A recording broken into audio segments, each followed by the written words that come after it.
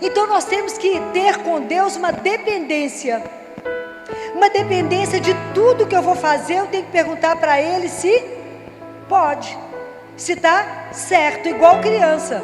Então nós temos que adquirir uma infância espiritual. Tudo eu tenho que ser dependente de Deus, como ela foi. Maria foi completamente dependente de Deus, completamente entregue nas mãos dele.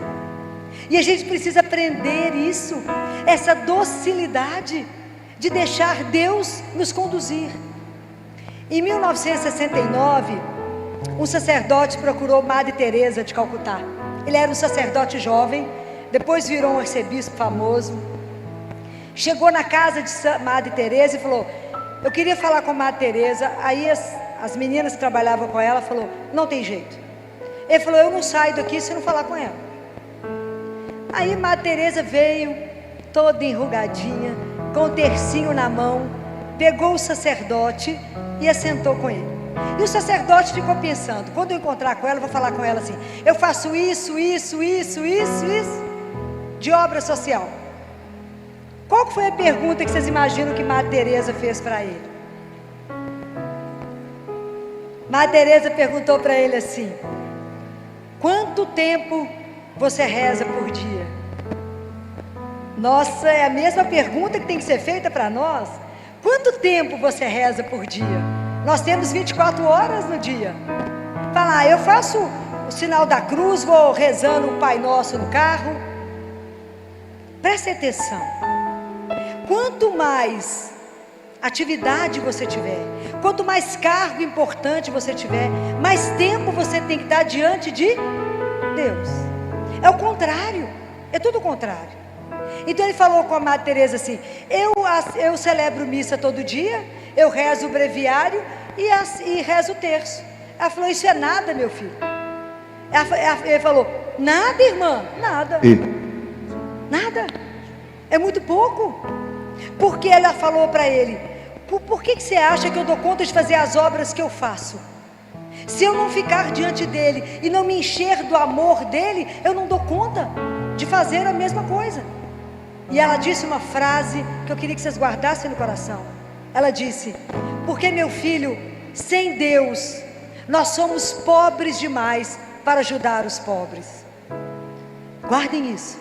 Sem Deus nós somos pobres demais para ajudar os pobres. Até para ajudar, até para fazer qualquer coisa, nós temos que perguntar a Ele. O dia que vocês forem consagrados a Nossa Senhora, tudo vocês vão falar com ela assim: é para fazer tal coisa? É para fazer que caminho? É para onde que é para ir?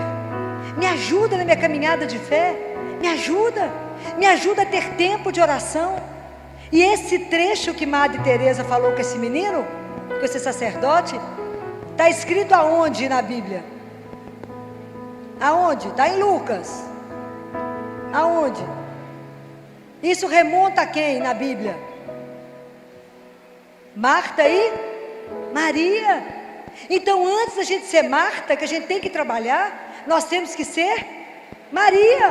Então nós temos que estar aos pés dele e falar: o que é para fazer hoje? Quando o anjo de Portugal falou para os meninos da segunda aparição: Deus tem um projeto para a vida de cada um de vocês. Isso foi só para os meninos lá? Não, é para cada um de nós. Deus tem um projeto de amor na vida de cada um de nós. Então a gente deveria de manhã perguntar para ele assim: Senhor, como é que o Senhor me sonha hoje? Como é que o Senhor me quer hoje? Pergunta a Ele. Não sai desesperado para trabalhar, mas ajoelha e fala: bença, meu Pai, que maravilha que eu levantei, que maravilha que não tem nada doendo, que maravilha que o Senhor me permite levantar, ter um trabalho, mesmo que a gente queira matar o chefe, não precisa, mesmo que seja insuportável o colega, mesmo que seja difícil tudo, mas eu levanto e a gente fala: à sua disposição, para quê? Para vos amar e servir, porque para amar e servir a Deus nós só temos hoje, agora, como dizia Santa Teresinha do Menino Jesus, para amar e servir a Deus nós só temos agora. Então como é que nós vamos trabalhar a nossa santificação? A nossa santificação é fazer a vontade de Deus, em tudo, nas menores coisas. Maria já tinha o coração que era completamente a mesma vontade do Pai. Então, até a gente desejar o que Deus quer, sonhar o que Ele sonhou. Então, se a gente, por isso que eu comecei perguntando a vocês pensaram em Deus hoje? Porque a gente pensa em tantos problemas, em tantas situações, em tantas coisas, a gente não pensa em Deus. Ele é a primeira pessoa que eu tenho que levantar meus pensamentos e dizer: meu Pai, benção, estou de pé, estou mexendo, não tem nada contrário. É assim, é com a alegria de ser filho dele. Porque qual que é a marca do cristão? Qual deveria ser a nossa marca? Alegria. Alegria é a assinatura do Espírito em nós. Nós não conseguimos ter alegria, mas é o Espírito Santo. Cristão triste? Não pode. O nosso Deus está vivo. Então, só por isso eu tenho que dançar, não é? Porque o nosso Deus está vivo. Isso é uma coisa para se poder pensar. Não é muito simples quando eu falo, vamos fazer a vontade de Deus, não é? Não é muito simples. Por que que não é simples? Por que que não é simples para nós? Tem uma palavrinha. O que que nós não temos? Nós não confiamos no amor de Deus por nós. Então a fé e confiança são sinônimos, mas a gente não acredita de verdade que Deus me ama incondicionalmente e que eu sou filha única e amada dele. Então, se eu peço alguma coisa, eu falo: mas será que o senhor vai fazer direitinho igual eu quero? O senhor prestou atenção naquilo? Vai que ele não prestou atenção? E guardem uma coisa: Deus não tem o bom, Deus tem o ótimo. E Deus tem 3 tipos de sim. Vocês sabiam disso? Deus nunca fala não para os filhos dele, Ele só fala sim. Mas são 3 tipos de sim. O primeiro é o que a gente quer. Jesus está com sede, fala que é água. Esse é o que a gente quer. O segundo sim é quando você fala assim: deixa eu comer um pé de moleque agora. Ele fala: pode comer. Primeiro você almoça, depois você come. Não é assim que a gente faz com os filhos? Quer tomar um sorvete, você fala: você vai tomar, mas primeiro almoça, depois toma um sorvete. Dureza, os meninos querem matar a mãe e a gente quer matar Deus quando ele fala isso. Mas tem um terceiro sim de Deus que é o mais difícil da gente viver. A gente pede uma coisa para Ele e Ele fala: claro que eu te dou, mas não isso que você está me pedindo. Uma coisa muito melhor do que você ousou pensar, mas muito melhor. Isso precisa de que a gente confie. Por isso Maria é uma grande escola. Ela é uma mestra espiritual. Ela é bem-aventurada porque acreditou, e porque acreditou tudo aconteceu. Nós temos que acreditar que Ele é o meu Pai e que Deus está vivo. Senão tudo que Jesus viveu está no passado. Eu tenho que atualizar Jesus hoje, agora, na minha vida. A relação com o Senhor, eu não confio numa ideia, eu confio em quem? Numa pessoa. A relação é eu e Ele, é intimidade com o Senhor, é estar diante dEle, é dobrar o joelho e falar: Senhor, eu estou com esse propósito, com esse projeto, o Senhor está de acordo ou não? Porque Ele pode não estar de acordo, e nós estamos aqui para fazer a vontade do... Pensa bem, eu não sei se você já imaginou que você foi criada por Ele, Ele te convida à vida e coloca um desejo no seu coração e fala: eu quero que você cumpra. Mas a gente dissocia porque a gente acha que dá conta de andar sozinho, sem Deus. A gente precisa entender uma coisa: não confie em você nunca, nunca. Confie somente em Deus. Mas isso tem que ser de verdade, isso tem que ser do fundo do seu coração, de verdade, confiar nele. Deixa eu contar um caso para vocês, que aconteceu recente lá no CTI, deve ter uns 2 meses, uma fé que é incondicional.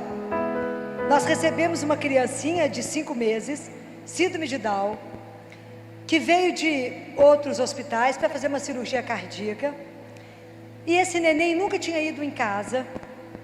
Eu tenho o privilégio de trabalhar no SUS, estou no CTI da Santa Casa, tenho 34 anos, amo, porque nós só temos SUS. Então eu falo com Jesus que eu tenho o privilégio de cuidar daqueles que ninguém gostaria de cuidar, não é? É exatamente os filhos amados de Deus. E aí essa menininha, na hora da cirurgia, ela nunca foi aí em casa, família muito simples, muito pobre, que só conseguia ir no hospital uma vez por semana, de acordo com a liberação da prefeitura. E aí, na hora da cirurgia, quando foi puncionar a artéria femoral, para que a gente tivesse monitorização da pressão, a perninha da criança fez um espasmo, a artéria fechou. Quando ela chegou no CTI, o plantonista ficou preocupada, porque uma perna estava ótima, cor de rosa e vermelha, e a outra já estava ficando fria e esquisita. Na hora ele tirou. No dia seguinte, eu chego todo dia às 7. Quando nós vimos a perninha, eu pedi um Doppler, e a perninha tinha 70% de obstrução. Então, o fluxo 70% obstruído, é grave. Começamos a heparinizar a perninha, aquecer, elevar, fizemos as medidas que precisava, chamamos a cirurgia vascular para acompanhar. Eles começaram a acompanhar a perninha, falou: Filó, não vai ter jeito, nós vamos amputar do joelho para baixo. E aí a família chegou, mandei chamá-los, porque a gente tem que mostrar tudo. E eu sentei com eles numa sala, conversei. A família de uma doçura. E o pai falava: a gente queria pedir desculpa de ficar ligando para pedir notícia, mas porque a gente fica aflito, doutor. Desculpa por pedir notícia da filha internada. E aí eu expliquei para eles o que aconteceu na perninha e disse para eles: agora eu vou levar vocês lá para mostrar para vocês. E é uma cena dura, porque uma perninha estava cor de rosa, a menininha já estava ficando boazinha, muito boazinha. Já tinha controlado o coraçãozinho, estava... Se não tivesse com a perninha daquela forma, íamos caminhar para alta. E aí quando eu fui soltar, a supervisora de enfermagem foi soltando, estava a supervisora, eu, o pai e a mãe, a fisioterapia, os residentes. E à medida que ele foi soltando, era difícil de ver a cena, porque era uma perna preta, muito escura, gelada, não tinha pulso, horrível. E aí o pai pegou aquela perninha e falou assim para mim. Depois que eu expliquei tudo, ele me disse: doutora Filó, posso falar uma coisa para a senhora? Claro. Doutora Filó, eu confio demais em Deus. E cada vez que ele falava a palavra Deus, ele se inclinava. E depois eu confio muito em vocês também. Mas eu queria falar uma coisa só para a senhora. O quê? Se for permissão de nosso Senhor, que essa criança volte para nossa casa, doutora, porque ela nunca foi, né? O quartinho está lá esperando, ela nunca foi. Mas se for permissão de Deus que ela volte, Jesus vai devolver ela sem perder nem um pedacinho. Vocês podem imaginar, a gente vendo aquela cena, uma perna preta, a outra vermelha. Escutei isso, falei com ele: eu creio que Jesus é o Senhor de todas as coisas, e que Ele pode tudo que a gente não pode. A ciência tem o papel dela, mas ela tem limite. Muito bem. Continuamos o tratamento, apesar da cirurgia vascular não acreditar. Falaram: Filó, pode desligar, porque isso não vai funcionar. Você só tem que dar o ok para a gente amputar a perninha dela.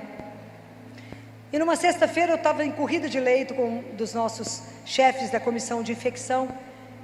E aí a supervisora me gritou: Filó, corre. Imagina dentro do CTI escutar a palavra corre. A gente voa. Aí, quando eu cheguei, ela falou: olha essa perna. Preciso contar para vocês o que aconteceu? A perna assumiu tudo de novo.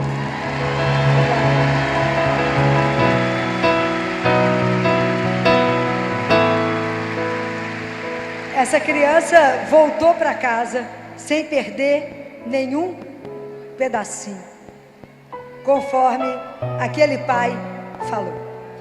Então, a fé é algo impressionante. Eu tenho oportunidade de ver milagres todos os dias. Eu vejo, pela fé daquelas pessoas tão simples, que andam com um terço na mão, e que se entregam a Nossa Senhora e pedem a intercessão dela, e